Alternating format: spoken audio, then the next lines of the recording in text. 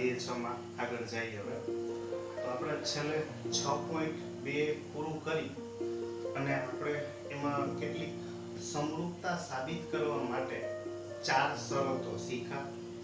તો એ 4 શરતો છે, એ 4 શરતો આપણી પાસે હતી।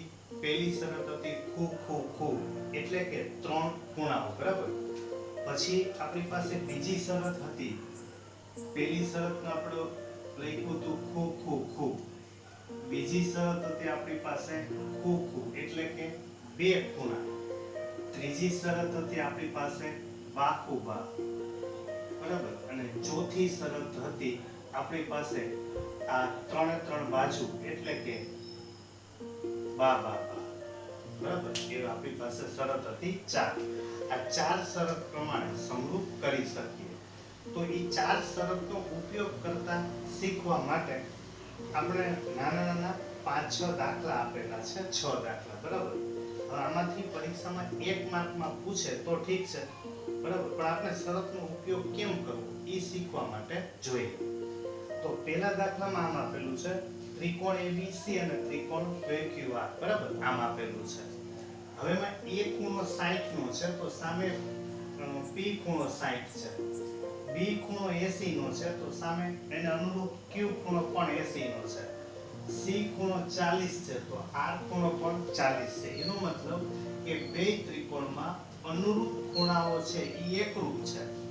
પણ જો 3 ખૂણા સરખા છે તો પહેલી શરત પ્રમાણે ખૂબ ખૂબ ખૂબ શરત કહેવાય, બરાબર।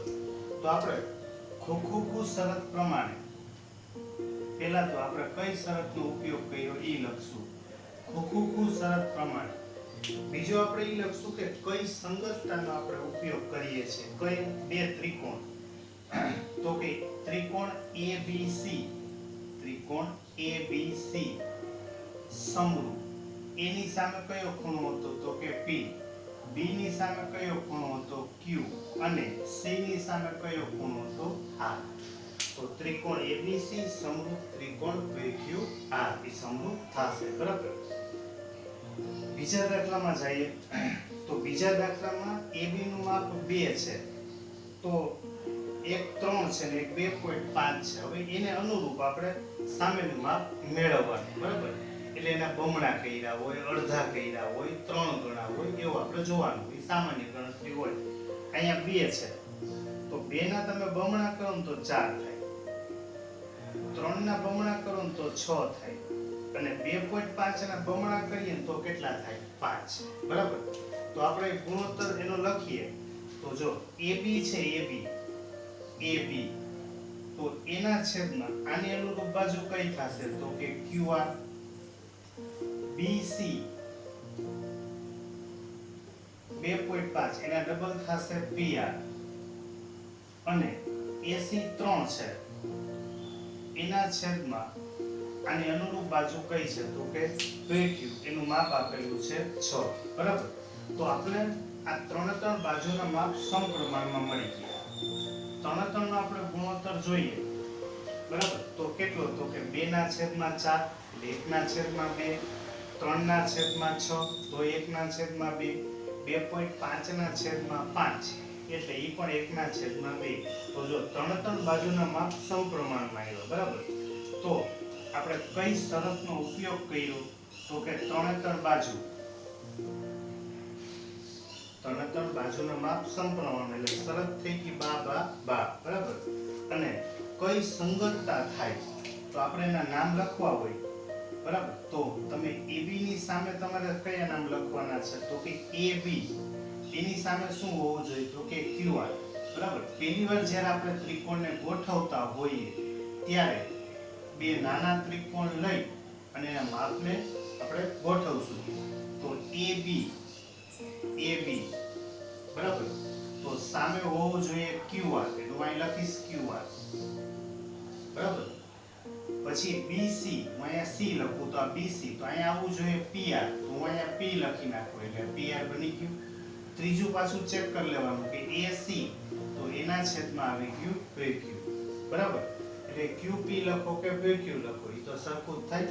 તો AB ના છેદમાં QR, BC ના છેદમાં PR અને AC ના છેદમાં VQ. બરાબર. તો એના માટે આપણે સંગતતા કઈ લખી શકશું તો કે ABC ત્રિકોણ ABC સમરૂપ ત્રિકોણ થશે QRP. બરાબર. તો ABC QRP. તો ધ્યાન રાખવાનું કે જે બાજુના સમપ્રમાણમાં હોય એ જ પ્રમાણ આપણે લેવાનું. બરાબર. ફરીથી ચોખવટ કરી લઈએ. 2 એના ડબલ 4 એટલે AB ને અનુરૂપ કઈ બાજુ થઈ QR થઈ. 2.5 ના ડબલ 5 તો BC ને અનુરૂપ કઈ બાજુ થઈ PR અને 3 ના ડબલ 6 એટલે કે AC ના છેદમાં VQ. તો જે પ્રમાણે તમે સમપ્રમાણમાં લખ્યા છે એ પ્રમાણે અનુરૂપ બાજુ લખવાની. બરાબર. એ આપણે લખેલી આપે નહીં.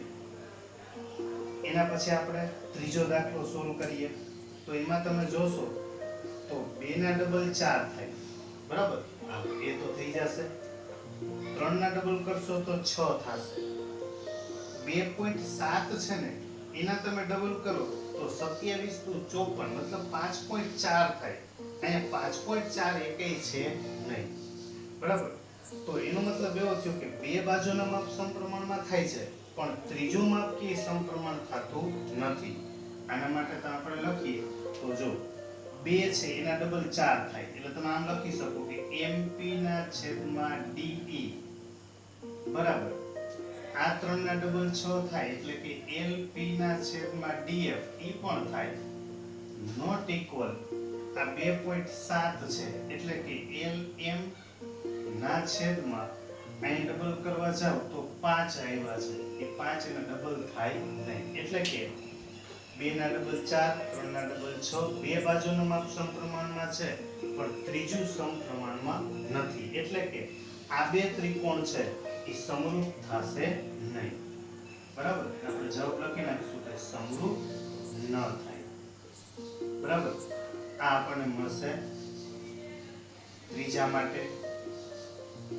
એના પછી આપણે ચોથા માટે સોલ્વ કરીએ. તો તમે જોશો તો જો અહીંયા 2.5 છે તો એના ડબલ 5 થાય. 5 ના ડબલ કરશો તો 10 થાય. એટલે 5 ના પ્રમાણે 10 થઈ ગયા. અને બીજું આ 70 છે તો અહીંયા પણ ખૂણો કેટલો આપ્યો છે 70. એટલે કે બે બાજુના માપ સમપ્રમાણમાં છે તો આપણે જે સમપ્રમાણ છે એવી જ રીતે આપણે એની આકૃતિ દોરીએ. જો આપણે બંને માટે અલગ ત્રિકોણ દોરશું. તો અહીંયા 2.5 છે. ધારો કે તમે અહીંયા mn લખશો. mn આ 2.5 તમે પહેલેથી નામ પ્રમાણે ગોઠવી દો. તો 2.5 ની સામે તો કે 5 આ P અને Q એનું માપ કેટલું છે તો કે 5 આના સમપ્રમાણમાં બની ગયું. હવે તો કે 5 છે તો એના બમણા કેટલા છે તો કે 10. 5 માં કોનું છે તો કે ml નું છે. ml. હવે જો તમે અહીંયા l લખશો તો ml નું માપ કેટલું છે તો કે ml નું માપ 5 છે. બરાબર. તો સામે 10 માપ કોનું છે તો કે QR નું છે. તો જો અહીંયા 5 હોય તો અહીંયા QR આવવું જોઈએ. તો અહીંયા QR લેવું હોય એટલે હું અહીંયા Q લખી નાખું, અહીંયા હું R કરી નાખું અને અહીંયા હું શું લખી નાખીશ P. બરાબર. તો 5 ની સામે શું માપ આવવું જોઈએ 10. તો QR નું માપ કેટલું હતું 10. તો જો ફરીથી ચેક કરી લ્યો. mn નું માપ કેટલું છે તો કે 2.5. ઓકે. 2.5 ની સામે 5 આવવા જોઈએ. એ P અને Q નું માપ છે 5. તો અહીંયા P અને Q નું માપ 5 નથી. જો અહીંયા PR નું માપ આવી જાય છે. બરાબર. તો કે તો આ માપ આપણે કયું લેવાનું છે 10. તો કે 10 માપ છે ને એ QR નું છે. આ QR નું 10 છે. પણ 5 માપ છે ને એ PQ નું માપ છે. તો કે તો હવે ઈ બે ને બદલાવી નાખીએ. અહીંયા હું Q કરી નાખું, અહીંયા હું R કરી નાખું. બરાબર. ફરીથી ચેક કરી લો. 2.5 તો એની સામે 5, 2.5 ની સામે 5. 2.5 mn નું માપ હતું તો mn નું છે. 5 માં PQ નું છે તો આ PQ બની ગયું. હવે તો કે 10 5 માં ml નું છે. ml તમે 5 લખ્યા છે તો 5 ની સામે 10 આવવા જોઈએ. 10 માં QR નું છે. QR નું માપ 10 થઈ ગયું. ઓકે. પછી અહીંયા એમ ખૂણો છે એ 70 નો છે. હવે જો એમ ખૂણો 70 નો હોય, આ એમ ખૂણો એને હું 70 દર્શાવું તો ક્યુ ખૂણો 70 છે, તો ક્યુ ખૂણો કેટલો થઈ ગયો 70. તો ક્યુ ખૂણો બે સરખા થઈ ગયા. અથવા તમે પેલા ખૂણો દોરેલો હોત તો પણ સીધું બની જાય. તો જો બે બાજુના માપ સમપ્રમાણમાં થઈ ગયા, બરાબર. કયા કયા બાજુના માપ સમપ્રમાણમાં થયા, તો કે mn ના છેદમાં qp બરાબર ml એના છેદમાં qr બરાબર. બે બાજુના માપ સમપ્રમાણમાં, એનો અંતર્ગત ખૂણો એટલે કે ખૂણો m એકરૂપ ખૂણો q. તો બે બાજુના માપ સમપ્રમાણમાં હોય અને એનો અંતર્ગત ખૂણો એકરૂપ હોય તો આપણી પાસે શરત હતી કઈ, તો કે બા ખૂ બા. બે બાજુના માપ સમપ્રમાણમાં અને એનો અંતર્ગત ખૂણો એકરૂપ, બરાબર. તો આના માટે આપણે શરત લખશું. કઈ શરતનો ઉપયોગ કર્યો, તો કે બા ખૂ બા શરતનો ઉપયોગ કર્યો. કયા બે ત્રિકોણ સમરૂપ થયા, તો કે ત્રિકોણ MNL, ત્રિકોણ MNL સમરૂપ ત્રિકોણ QPR, બરાબર. એટલે એકાદ વાર તમારે આ નામને ફેરવવા આપતું જવાનું અને જોવાનું જેની સામે બાજુ છે એ જ અનુરૂપ સામે આવવી જોઈએ, બરાબર. એના પછી પાંચમો દાખલો ગણીએ તો એમાં પણ ઈ જ છે. જો અહીંયા 2.5 છે તો 2.5 ના ડબલ કરો ને તો 5 થાય, તો એની સામે આવવા જોઈએ, બરાબર. તો આપણે એના માટે અલગ આકૃતિ દોરીએ. તો જો અહીંયા આપણે પેલી આકૃતિને ધારો કે તમારે એમને એમ રાખવી છે, આપણે આવું પણ કરી શકીએ. આ 2.5 છે, બરાબર. એક ખૂણો કેટલાનો છે 80 અને આ કેટલું છે તો કે 3. તો ઈ જ પ્રમાણે સામે તમે ગોઠવી દો. એક ખૂણો 80 નો હતો તો 80 નો ખૂણો કયો છે તો કે f. તો f ને આપણે ઉપર લખી નાખશું એટલે 80 ની સામે 80 નો ખૂણો બની ગયો, બરાબર. હવે df નું માપ 5 છે તો અહીંયા હું d લખી નાખું એટલે df. આનું માપ 5, અહીંયા હું e લખી નાખીશ. તો ef નું માપ કેટલું થઈ ગયું તો કે 6, બરાબર. તો અહીંયા એક નાનકડો પ્રોબ્લેમ થશે, તમે જોશો એટલે. જો 2.5 ની સામે 5 આવી ગયા. હવે અહીંયા BC છે, BC, બરાબર. BC કેટલું છે તો કે 3. તો BC 3 છે તો સામે EF કેટલું છે તો કે 6 છે. હવે EF તમે જો સાઈડમાં લખશો તો આના ડબલ આ થયા તો 3 ના ડબલ કેટલા થવા જોઈએ 6. બીજું અહીંયા 80 નો ખૂણો છે તો ઓલો પણ કેટલાનો ખૂણો છે 80, બરાબર. હવે આપણે અહીંયા ધ્યાન રાખવું પડે કે જો આપણે તમે આ નામને બદલાવશો, EF કરવું છે તો તમે D અને F ને બદલાવશો. ધારો કે તમે અહીંયા D લખશો, અહીંયા D અને તમે અહીંયા F લખશો તો EF નું માપ કેટલું થશે, EF નું માપ 6. તો ખૂણો છે ખૂણો EF 80 નો હતો, આ F 80 નો, બરાબર. એનો મતલબ એવો થયો કે બાજુના માપ છે એ સમપ્રમાણમાં થાય છે બે, પણ અંતર્ગત ખૂણો છે એ એકરૂપ થતો નથી. આમાં બે બાજુના માપ જે સમપ્રમાણમાં હતા એની વચ્ચે ખૂણો આવી જતો હતો. આમાં તો કે બાજુના માપ સમપ્રમાણમાં થાય. જો 2.5 ના ડબલ કરો 5, 3 ના ડબલ કરો 6, પણ અહીંયા B ખૂણો અને F ખૂણો સરખા થતા નથી. એટલે કે આમાં જોવા જઈએ આપણે તો AB ના છેદમાં DF આ થાય છે, બરાબર. BC ના છેદમાં EF ઈ પણ થાય છે, આ બે થાય છે, આ બંને થાય છે, પણ અંતર્ગત જે ખૂણો છે ખૂણો B not equal F ખૂણો સમાન થતા નથી. એટલે કે આને આપણે સમરૂપ ત્રિકોણ બનાવી શકીએ નહીં, સમરૂપ ન થાય, બરાબર. પછી આપણે છઠ્ઠા દાખલામાં જઈએ તો એમાં આ આપણી પાસે બે ખૂણા છે, આ 80 છે તો ઓમાં 80 તો છે, બરાબર. તો અહીંયા 30 નો ખૂણો છે તો F ખૂણો આપણી પાસે નથી તો એને આપણે મેળવી લઈએ, બરાબર. તો ત્રિકોણ DEF લઈએ તો માપ ખૂણો ડી પ્લસ માપ ખૂણો ઈ પ્લસ માપ ખૂણો એફ, ત્રિકોણના ત્રણેય ખૂણાનો સરવાળો 180. તો ડી નું માપ છે આપણી પાસે 70, ઈ નું માપ છે 80 પ્લસ માપ ખૂણો એફ એના બરાબર 180.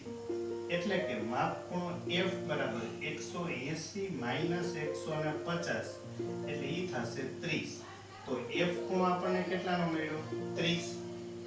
તો આ 80 નો ખૂણો હતો, સામે 80 નો ખૂણો e એકરૂપ ખૂણો q, એક ખૂણો 80 નો બની ગયો, બીજું ખૂણો f એકરૂપ ખૂણો થઈ ગયો r. તો બે ખૂણા સરખા થઈ જાય તો આપણી પાસે શરત હતી ખોખો. તો ખોખો શરત પ્રમાણે આપેલા બે ત્રિકોણ છે એ સમરૂપ થાય, બરાબર. અને કયા બે ત્રિકોણ? તો કે ત્રિકોણ DEF, ત્રિકોણ DEF સમરૂપ, સામે થશે ત્રિકોણ VQR, બરાબર. તો આપણને આ 5-6 દાખલાથી એવું શીખવા મળે કે કઈ શરત સમરૂપ થવા માટે ઉપયોગ કરી શકાય, બરાબર. દાખલા નંબર 2 ની અંદર ત્રિકોણ ODC, એક આ ત્રિકોણ ODC, એક આ ઉપરનો ત્રિકોણ, અને ત્રિકોણ OBA, આ બે ત્રિકોણ આપણને સમરૂપ આપેલા છે, બરાબર. સમરૂપ આપેલા હોય એટલે આપણે જાણીએ છીએ કે બાજુના માપ સમપ્રમાણમાં હોય અને ખૂણાઓ છે એ એકરૂપ હોય, બરાબર.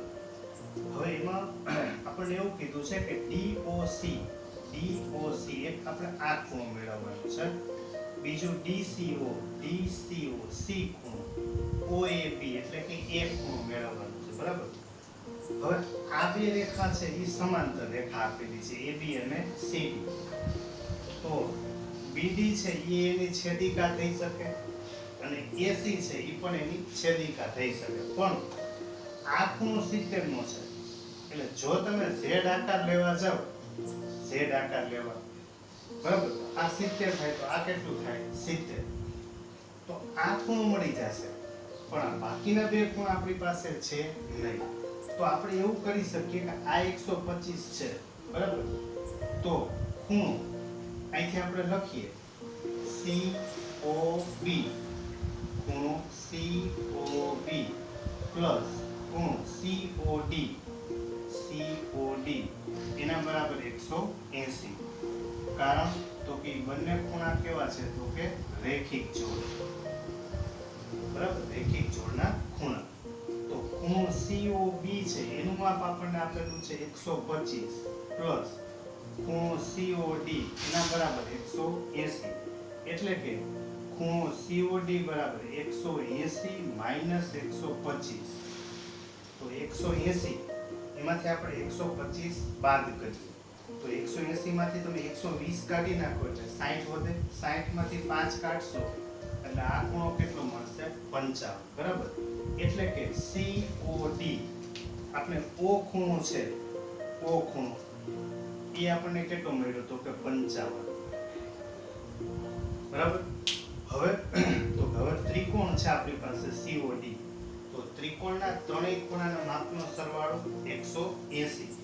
તો ત્રિકોણ COD માં ખૂણો C પ્લસ ખૂણો O પ્લસ ખૂણો D આ ત્રણેયનો સરવાળો થશે 180. તો C ખૂણો આપણી પાસે નથી, O ખૂણો છે 55 પ્લસ ખૂણો D છે 70 એના બરાબર 180. એટલે કે ખૂણો C બરાબર 180 માઈનસ 70 માઈનસ 55. એટલે કે ખૂણો C બરાબર 180 માંથી 70 જાય એટલે 110 માંથી 55 બાદ કરશો એટલે C ખૂણો આપણને કેટલો મળશે? 55, બરાબર. આ C ખૂણો મળી ગયો 55. હવે તો આપણી પાસે O ખૂણો જોતો તો પેલું, તો O ખૂણો હતો 55, પછી C ખૂણો મળી ગયો આપણને 55. આપણે જોયો છે A, તો તમે જોવા જશો તો જ Z આકાર બન્યો, AB રેખા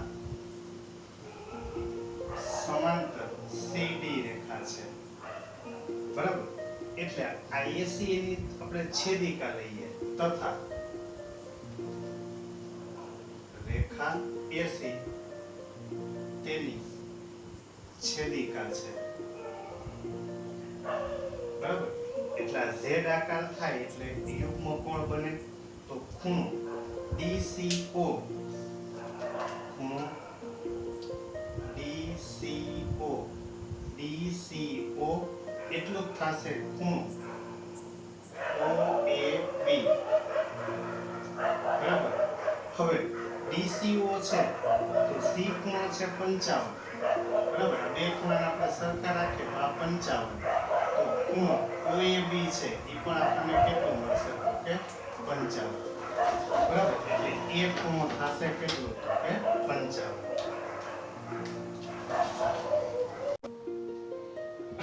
એના પછી 15મો દાખલો ગણતરી વાળો છે. વચ્ચેના દાખલા આપણે તમને મેં કીધું કે સાબિતીના છે, બરાબર. એ આપણે ભાગ છેલ્લે લેશું. પહેલા આપણે આખી ગણતરીમાં જઈએ છીએ. તો 15મા દાખલામાં એમ કીધું છે કે એક શિરોલંબ વાસ છે. હવે શિરોલંબ વાસ એની ઊંચાઈ છે ને 6 મીટર છે.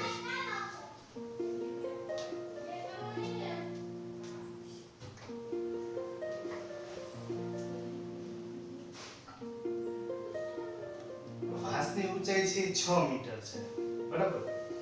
હવે ઈ વાસનો જમીન ઉપર પડતો પડછાયો ઈ 4 મીટર છે. કેટલા મીટર છે? 4 મીટર. એ જ વખતે ઈ જેટલાના ખૂણે જે સૂર્યનો પ્રકાશ પડે એટલે પડછાયાની લંબાઈ થાય, એ જ વખતે એક મિનારો છે એના પડછાયાની લંબાઈ 28 મીટર છે. તો આપણે કીધું કે એની ઊંચાઈ કેટલી? બેયમાં આપણને પડછાયાની લંબાઈ આપી દીધો છે, બરાબર. આમાંય પડછાયો છે, આમાંય પડછાયો છે. આમાં 4 મીટર એની લંબાઈ છે અને આમાં 28 મીટર. તો આપણે એમ કીધું છે કે આની ઊંચાઈ 6 છે તો મિનારની ઊંચાઈ કેટલી? પણ બેયનો જ્યારે જમીન ઉપર પડે છે ત્યારે જે ખૂણો બને છે આ ઈ સમાન ખૂણો બને છે, બરાબર. તો આપણે આમ જોવા જઈએ તો શિરોલંબ છે. હવે શિરોલંબ હોય તો આ બી ખૂણો છે એ 90 નો હોય, લંબ એટલે 90 ના ખૂણે. તો આ કેટલાનો ખૂણો થશે? 90 નો જ ખૂણો થશે. એટલે કે ત્રિકોણ ABC અને ત્રિકોણ PMN માં ખૂણો B એકરૂપ ખૂણો M. કારણ તો કે બંને ખૂણા કેવા છે? કાટખૂણા, બરાબર. પહેલી શરત. બીજું કે બેયમાં બીજો ખૂણો પણ સરખો છે. આપણને આપ્યું છે કે ખૂણો C એકરૂપ ખૂણો N, બરાબર. આ બંને ખૂણા જ્યારે સૂર્યનો પ્રકાશ પડે ત્યારે જમીન સાથે બનતા ખૂણા બેયમાં સમાન છે, બરાબર. જો બે ખૂણા સમાન હોય તો આપણી પાસે શરત કઈ છે તો કે ખોખું. તો ખોખું શરત પ્રમાણે ખોખું ABC સંગતતા PMN, આ સંગતતા છે એ સમરૂપતા થાય, બરાબર. હવે જો સંગતતા સમરૂપતા હોય તો આપણે જાણીએ છીએ કે બાજુના માપ સમપ્રમાણમાં હોય. તો આપણે બાજુના માપ લખશું તો AB ના છેદમાં PM એના બરાબર BC ના છેદમાં MN અને ત્રીજું AC ના છેદમાં PM. પણ એની જરૂર નથી, માપ આપેલું પણ નથી, બરાબર. તો આપણે આમાં કિંમત મૂકશું તો AB નું માપ છે એ આપણે આપેલું છે 6, એના છેદમાં PM નું માપ આપણે મેળવવાનું છે, બરાબર. BC નું માપ આપણી પાસે છે 4 અને MN નું માપ કેટલું છે તો કે 28. તો બે બાજુ પહેલા આપણે વ્યસ્ત કરી નાખીએ. જો આપણે એનું વ્યસ્ત કરશું તો PM એના છેદમાં 6 બરાબર અહીંયા થશે 28 ના છેદમાં 4. તો અહીંયા આપણે છેદ ઉડાડીએ, બરાબર. તો 4 7 28, 6 ભાગાકારમાંથી ગુણાકારમાં તો PM બરાબર 6 ગુણાકારમાં 7 એટલે કે 42, બરાબર. તો આપણે નીચે જવાબ લખશું કે મિનારાની ઊંચાઈ